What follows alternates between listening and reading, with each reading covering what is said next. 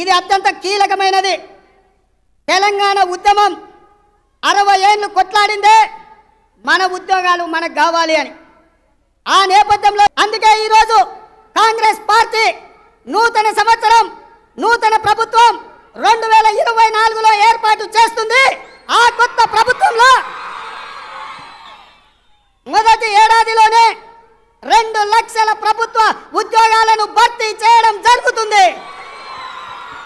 మొదటి సంవత్సరం 2 లక్షల ప్రభుత్వ ఉద్యోగాలను భర్తీ చేసే బాధ్యత రాష్ట్ర కాంగ్రెస్ పార్టీ తీసుకుంటుంది మిత్రులారా.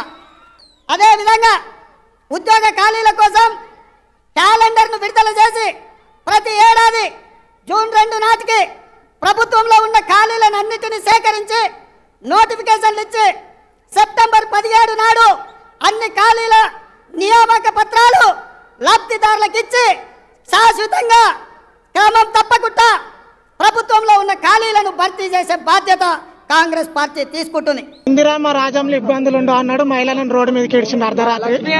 కాబట్టి తర్వాత నిరుద్యోగులకు ఏ బాధలు ఉండవు, మేము వస్తే 2 లక్షల ఉద్యోగాలు అన్నాడు. మీరు రోడ్లు ఎక్కరు, మీ కొలువులు వస్తాయి, మీరు సెట్ అవుతాడు అన్నాడు. ఇవే కొలువులు. అర్ధరాత్రి రోడ్ల మీద కూర్చోవడమే కొలువులు. ఇది కాంగ్రెస్ ప్రభుత్వం ఇస్తున్న మాకు బహుమానము.